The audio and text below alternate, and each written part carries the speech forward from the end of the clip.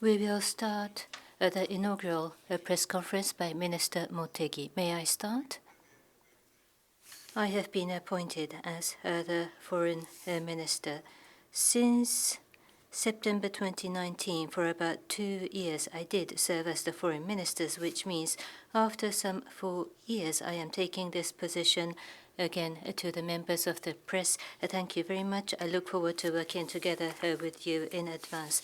Compared to my earlier stint as the Foreign Minister, the security environment surrounding Japan and the security situation have become increasingly severe, and the international situation also has become even more complex. That includes, of course, Russia's aggression against Ukraine and the unstable situation in the Middle East, and even in areas surrounding Japan. In addition to China's diplomatic posture and military activities and North Korea's nuclear development, there are other emerging developments of concern, such as reinforced cooperation between North Korea and China and Russia. At the same time, I do feel that the expectations of the international community over Japan's diplomacy has never been this high. By fulfilling our roles and responsibilities in accordance with expectations by the international community, I will pursue a uniquely Japanese way of diplomacy by defending our national interest and raising our presence further in the international community. That is a powerful diplomacy with a broad perspective will be pursued by myself taking the leadership and with the whole of Ministry of Foreign Affairs working in unity. What I think are necessary for foreign policies include our ownership and continuity and a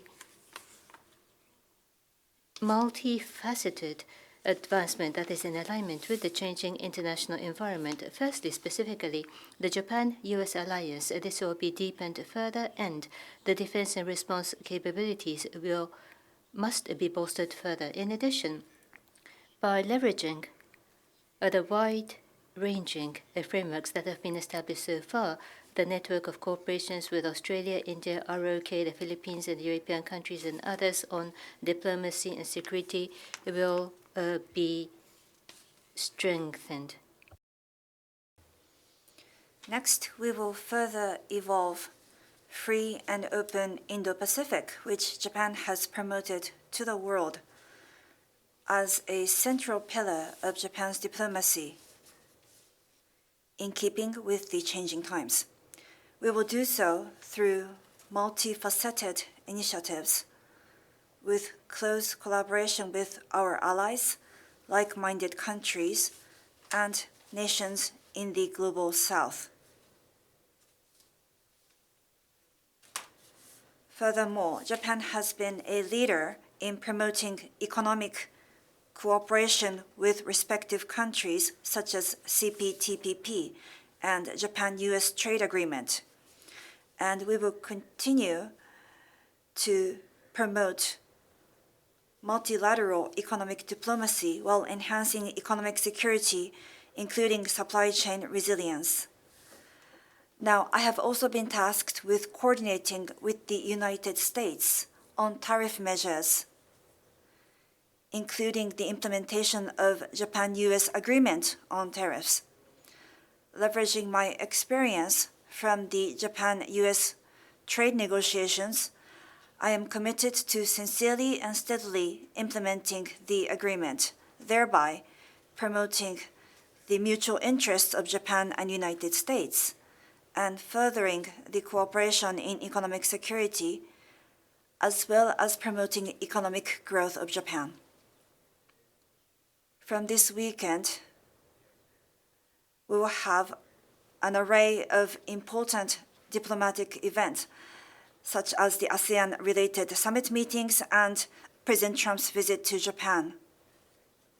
Together with Prime Minister Takaichi, we will conduct frank dialogue with our counterparts from respective countries, sharing our understanding of international situation and building a relationship of trust. Thank you very much. Should you wish to ask your question, please raise your hand. If you are invited, please come to the microphone, tell us your name and organization. Ms. Ayukawa, Kyodo. Ayukawa Kyodo, congratulations. I look forward to working with you. As you mentioned at the beginning, you have mentioned that the international situation is becoming more difficult. Taking the position after 4 years as the foreign minister, as the diplomacy for Japan. For example, U.S. President Trump, Russia's aggression against Ukraine. Mr. Trump is sometimes interested in ceasefire, or he is interested in China-U.S. summit. Mr. Motegi, as Japan's foreign minister, what are the particular areas that you wish to achieve?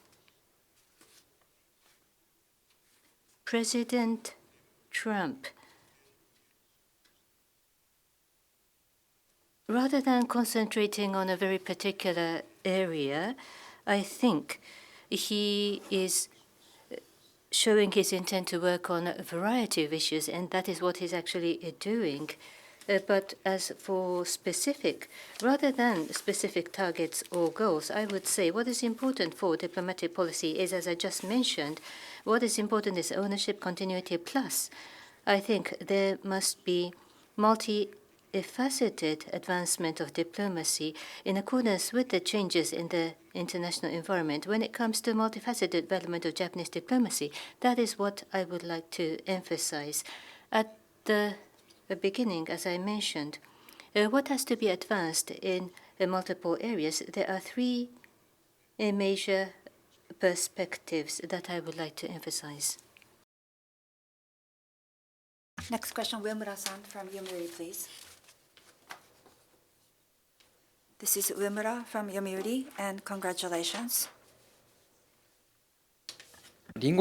As the foreign minister of Takaichi administration, how will you pursue diplomatic relations? Between ROK, there has been good relationship in the recent few years, but there are other flashpoints, including Takeshima and issues of history. How will you strengthen and maintain the trend of improving relationships? And regarding China, there is the human rights issues such as detention of Japanese nationals or intrusion into territorial waters around the Senkaku. How will you deal with China? How will you work on the resolution of the challenge? I ask for your diplomatic policy. Thank you. Regarding neighboring countries, in particular Republic of Korea and China, that is what you have asked in your question. Regarding Republic of Korea, it is an important neighbor country with whom we need to cooperate as partners in order to deal with various international issues under the strategic environment.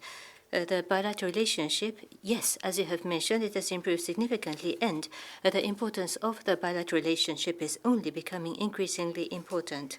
Between Japan and ROK, there are difficult issues, only all the more because we are neighbors. But since the 1965 normalization of diplomatic relationships, based on the foundation of the bilateral relationship, and leveraging that foundation, I wish to make a significant advancement in the bilateral relationship with a future-oriented perspective. About the trilateral cooperation between Japan, US, and ROK, the response vis-à-vis North Korea is the most important. Including the area of economic security, we will cooperate, and it is important to further cooperate more closely from a strategic perspective. From such perspectives, we will utilize the opportunity of shuttle diplomacies at the leaders level. This is ongoing, including at the top level and at multiple levels. We will continue very close communication between the 2 countries, and I intend to continue to work on an even better Japan-ROK relationship. Regarding China, as you have pointed out, it is true that there are issues and challenges between our countries, but that is exactly why we must engage in frank discussion. We will assert what has to be asserted. We will ask for responsible conduct and response on the side of China, and we will cooperate in areas where we can cooperate. So such realistic diplomacy I wish to pursue. So far at the leaders' level between China and Japan, we have had a high-level direction of the promotion of mutually beneficial relationship based on common strategic interest and establishment of constructive and stable relationship that have been affirmed. Under this high level of direction, we intend to further strengthen mutual communication and to reduce the issues and concerns and increase understanding and cooperation by the efforts on both sides. Next question, Mr. Chiba of GG. This is Chiba from GG. Congratulations. I'd like to ask about President Trump. As Chief Secretary Minister Kihara said, President Trump has announced his visit to Japan. I have 3 related questions. Secretary of State Rubio may also be joining President Trump in his visit. So what kind of visits are being planned for the visit to Japan? And as Prime Minister Takaichi mentioned, what do you think is the significance of this visit immediately after becoming Prime Minister? Also, President Trump has been requesting the allied countries to increase the defense budget. What do you think will be your response to that? In terms of President Trump's visit to Japan, there has been several questions. President Trump is planning to visit Japan from the 27th to 29th of October, and Japan sincerely welcomes his visit. The Japan-US summit meeting that is planned will be the very first face-to-face meeting between Prime Minister Takaichi and President Trump. And we would like to make this an opportunity for the 2 leaders to build a relationship of trust, to further deepen the Japan-US alliance, and to build a relationship to further cooperate on realizing free and open Indo-Pacific. So we are preparing for President Trump's visit to Japan. In terms of the defense capabilities, we will first focus on the basic stance to defend one's own country. And we believe that such a defense capability should be a decision that is made by our sovereign independent decisions. Also, such defense capability should not be focused just on the absolute amount or the ratio to GDP, but the defense capability itself. We have seen new ways of conducting warfare, and such as the massive operation of drones, and responding to such new changes, as well as a fundamental strengthening of our defense capabilities in cyber security is becoming ever more important.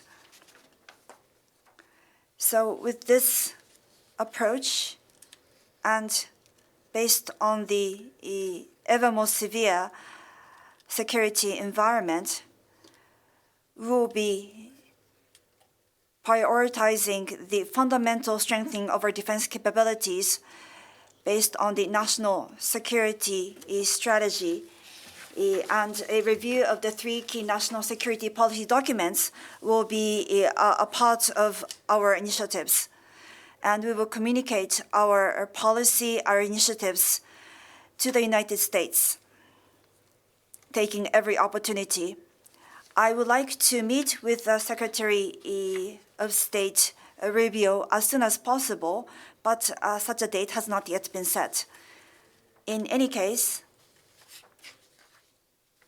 the national security environment surrounding Japan is becoming even more severe, and we will continue to further strengthen the deterrence and defense capabilities of Japan-US treaty. Next question, please. Murakami-san, Hokkaido Shimbun. Thank you, Murakami, Hokkaido Shimbun. This is about Ukraine and diplomacy with Russia. More than 3.5 years have passed since the aggression started, but there is still almost no prospect of negotiation for ceasefire. What is the position of the government on the support for Ukraine reconstruction, additional sanctions going forward, and the realization of peace? You have served as the foreign minister during the Abe and Kishida administration. You have held multiple meetings with Foreign Minister Lavrov on the negotiation for the Northern Territories. In terms of political dialogue with Russia and the resumption of visa-free visit to the four islands, what are your viewpoints? Russia's aggression against Ukraine, this is an outrageous act that shakens the foundation of the international order. The security of Europe and the Indo-Pacific are inseparable, and under our acute awareness that today's Ukraine could be East Asia tomorrow, Japan has offered support for Ukraine and has imposed sanctions on Russia. Regarding a support for Ukraine, so far Japan has announced more than $12 billion in total, and the support has been executed in a steady manner. Going forward, we will continue close cooperation with the global community, and we will firmly continue our various support in the area of rebuilding and reconstruction as well. In fact, this morning, there was the Ukraine Mine Action Conference. This meeting started from 9 a.m. just today in Tokyo. Personally, I did attend the opening session. So we will raise the international momentum, including towards acceleration of anti-mine actions and support for reconstruction of Ukraine. Mines must be eliminated. The land must be restored to safety. Otherwise, rebuilding, reconstruction cannot proceed. There must be a seamless support. That is what is required. By organizing this kind of conference, I would like to strengthen the global momentum in order to support Ukraine. On the other hand, about sanctions against Russia, we will continue close cooperation with the international community, including the G7. We will make a comprehensive review, thinking about what exactly is effective in order to realize a just and lasting peace in Ukraine and what is in the interest of our own country. In order to realize a just and lasting peace as soon as possible, at the earliest possible time in Ukraine, Japan will continue to work with the international community, including the G7 and others. About Ukraine, we will continue various forms of support. We will aspire for a just and lasting peace, and based on the peace, we will work on rebuilding and reconstruction. Japan will firmly support Ukraine, and a ceasefire must be agreed as soon as possible, and including sanctions on Russia. We will take a resolute attitude and position. That is the fundamental perspective. Having said that, the relationship with Russia was also what you mentioned. Yes, indeed. When I was the foreign minister, I have spoken with Foreign Minister Lavrov on many occasions. December 2019, when I visited, it was as long as 8 hours of consultation, which I recall. Because of Russia's aggression against Ukraine, Russia-Japan relationship is in a very challenging situation. Unfortunately, there is nothing that I can mention specific. There is no positive advancement in terms of our negotiation for peace treaty, but the government of Japan will maintain our basic policy that we will resolve the issue of the attribution of the 4 Northern Territory Islands and to conclude a peace treaty. There are a huge amount of issues that have to be resolved, as you mentioned, that has to be resolved between Japan and Russia as neighbors. And therefore, we must continue appropriate level of communication between Russia. The resumption of the 4 Northern Territory Island exchanges and visit is one of the most important priorities, in particular in view of the desperate feeling of the aging former residents of the islands. The resumption of the visit to the graves is ultimately a humanitarian matter. The government will continue patient approaches to Russia with a sense of urgency. Next question is Jihana-san. Jihana Ryukyu, congratulations. On the revision of SOFA, a former Prime Minister Ishiba was keen to revise the SOFA agreement, but the LDP, I think, is rather hesitant. On the other hand, regarding Ishin, which is a coalition member, they expressed that they are interested in fundamental review. As the terms of coalition, out of the 12 policy requests by Ishin, this fundamental review was not included. But going forward, will there be a fundamental review, or will there be a response by the improvement of operation and application? What is your view at this moment? First of all, what Prime Minister Ishiba mentioned regarding revision of SOFA, Ishiba-san looked keen to revise. According to my recollection, that was prior to becoming the Prime Minister. That is my recollection. However, regarding the US-Japan SOFA agreement, so far, in accordance with the nature of the items and matters that had to be resolved, we have responded specifically to each and every issue through the most effective format to respond effectively and quickly. For example, in 2015 related to environment and in 2017 related to civilian component, there have been 2 supplementary agreements. Regarding the US-Japan SOFA, I am aware that there are various opinions, including the position of Ishin no Kai.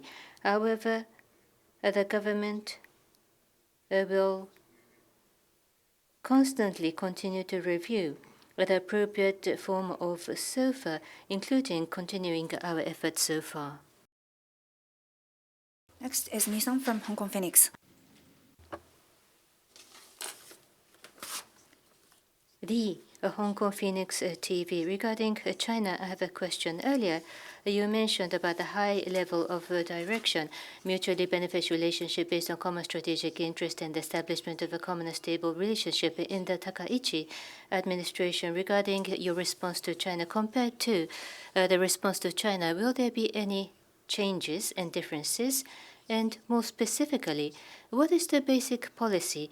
If you could be more concrete and specific. This is the 80th anniversary after the end of the war.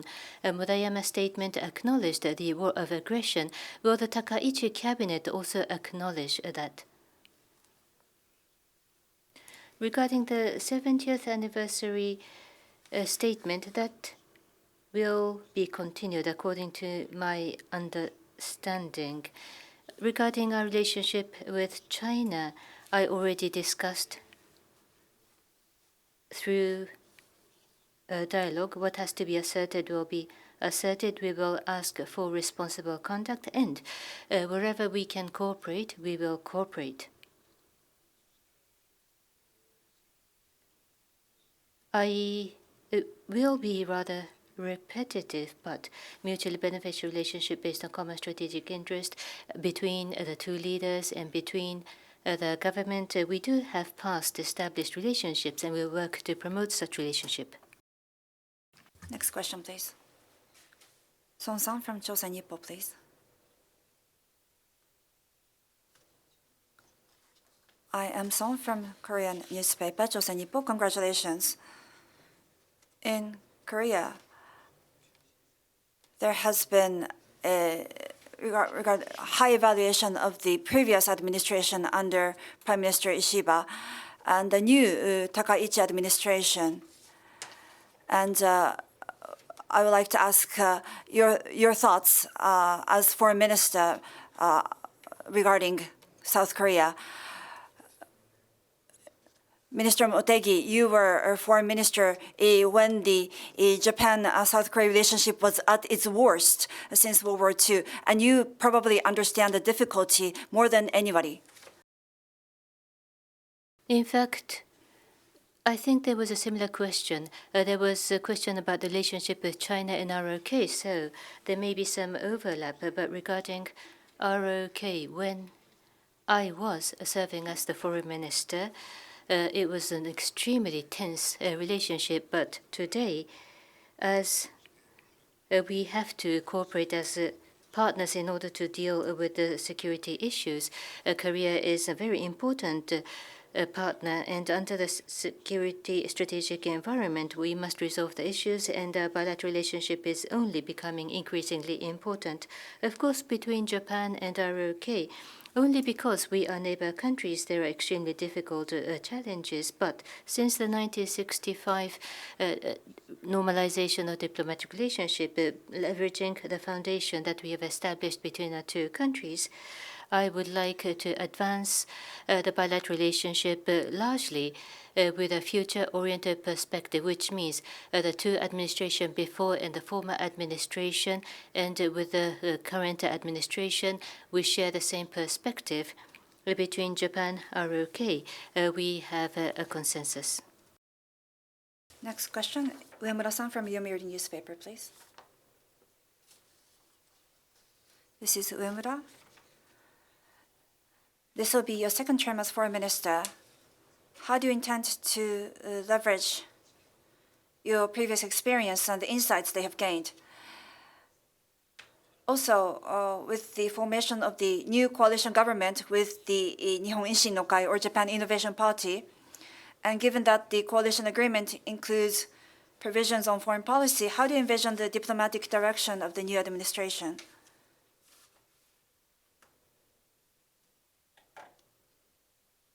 Well, I have already talked about what I would like to achieve as foreign minister, so there will be a lot of overlap.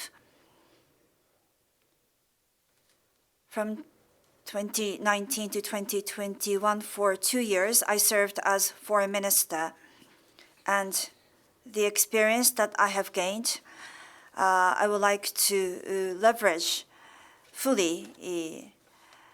On the other hand, during these 4 years, there has been the aggression of Russia to Ukraine, and there has been several conflicts that have broken out in the world. Also, there is the division that is becoming more stark in the world, as well as a stronger voice from the global south. There have been various new developments since I was foreign minister.